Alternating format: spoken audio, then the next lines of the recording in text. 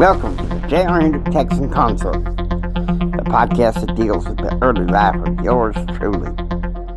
Now, get ready for this. The title of this episode is The El Presidente and His Waxing Son.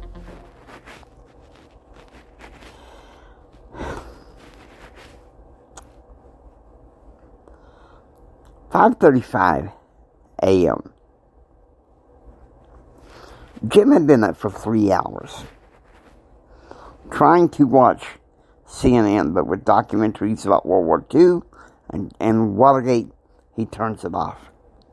Betsy was now awake, and so he goes ahead and plays some Conway Twitty. 5 a.m. Central. JR is at swimming practice at the Daniels Aquatic Center with Cousin Joe. Hey, I hear you're going on another date with Jennifer Bowers. Man, when are you going to move beyond this platonic crap to something more like coitus? Man, that's my dad's way of thinking, JR said. Look, I know. Your granddad taught you to be chaste. But in my book, you don't know a woman. You know him dead. Whatever, JR said, swimming away. 7:40 a.m. In the front lounge, Jim calls in sick for work, saying he was going to be being interviewed by a journalist. Betsy was fluttering around, waiting to pick up her brother at the airport.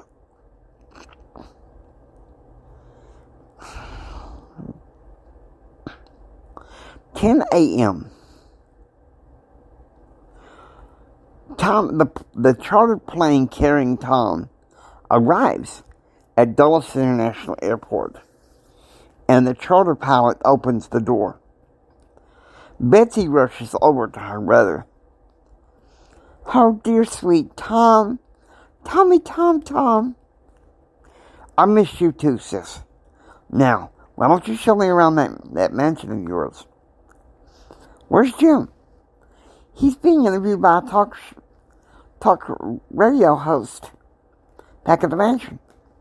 Well, then let's get you home, Diane said.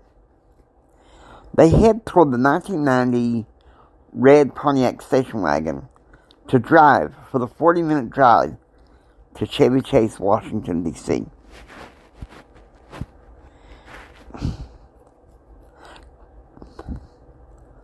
"10:40 a.m. Central.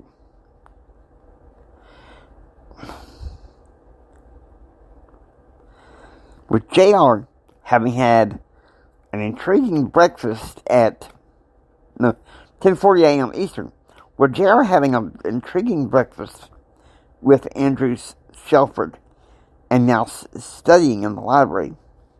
His father is being interviewed by Blake Carter.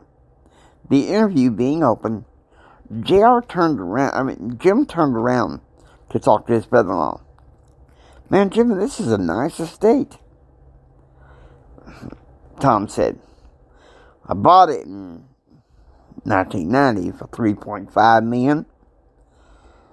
I gotta say, as long as I'm in Washington, D.C., for me, this is home.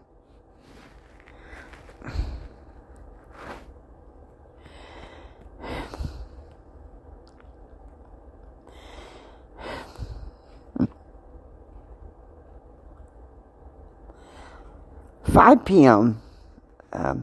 Eastern. Jim and Betsy, Tom and Diane, Blake and Katie are having dinner in Washington, D.C. I got to tell you, Betsy, this is a nice estate, Diane said. It's not the ranch, but it's home. You know, I've been thinking, Tom said. Diane wants to see the Museum for Modern Art. I was thinking about getting a train to go there. Are you kidding me? I'll get my people to get you a car service. I can't ask you to do that, Diane said. Oh, don't be silly. We can all go, Betsy said. Me and you and Katie. I can't believe you're leaving tomorrow, Blake said. Well, you know, got a distant cousin that's going to be graduating from college. Plus, I want to see and keep an eye on my son. Remember what we talked about, Jim?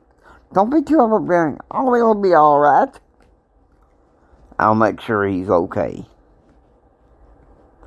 5 p.m. JR picks up Jennifer for dinner for one last time for the semester. 10 p.m. Eastern. Jim and Betsy had a nasty fight. So now he's upstairs in his office looking at the Hendrick nameplate on his desk. Hope you enjoy listening to the J.R. Hendrick Texan Consort. If you like what you hear, please subscribe, become a part of the adventure.